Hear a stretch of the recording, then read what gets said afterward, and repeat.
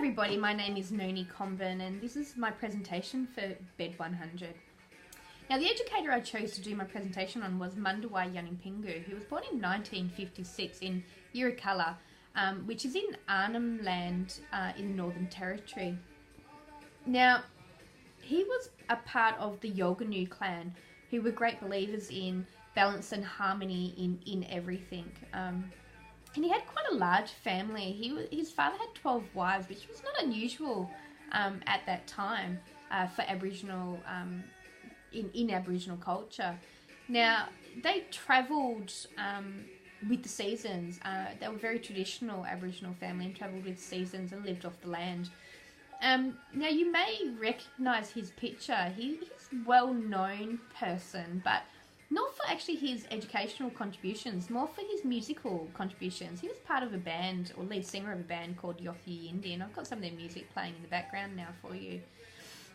Mundawuy grew up in a traditional Aboriginal way and learnt traditional Aboriginal culture and hunting and fishing and respect for elders and ceremonies and things like that. But his parents, who were, well, his father especially, who was a very famous activist at the time and part of the bark petitions, and then also one of the first Aboriginal families to actually take the government to court for land rights. But his father believed that Mundawuy needed to have a balanced education and believed that Western education would actually help him find that balance.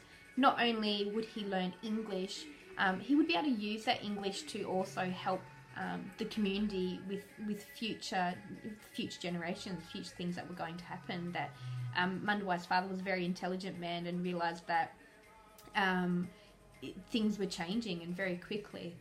Now, after his initiation, Mundawuy went to the local Yirrkala school and followed through with high school, and then went on to university and gained a teaching degree. He was actually the first Aboriginal to come out of Arnhem Land with any type of degree. So that's quite significant.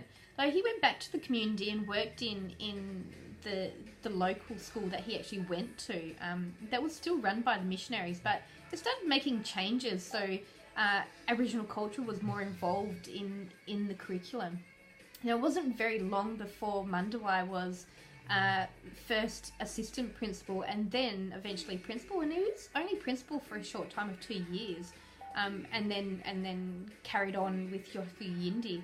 But in that time, he made significant changes to the education of the Aboriginal children there, implementing his both ways learning, which is combining Aboriginal culture and Western curriculum into one education system, where the children learnt Western curriculum with their own language and implemented and combined maths and science with Aboriginal culture and dance and ceremonies, which I think is fantastic and certainly needed at the time as well. And the government has actually initiated and put that through a lot of schools in the Northern Territory and has actually implemented aspects of the both ways learning system in schools. Even one of my local schools, the children learn Noongar language, which I just think is fantastic. So that's a small part of Mundawuy's life. There's so much I could tell you, but I'm already 4 minutes, so thank you very much for listening, guys.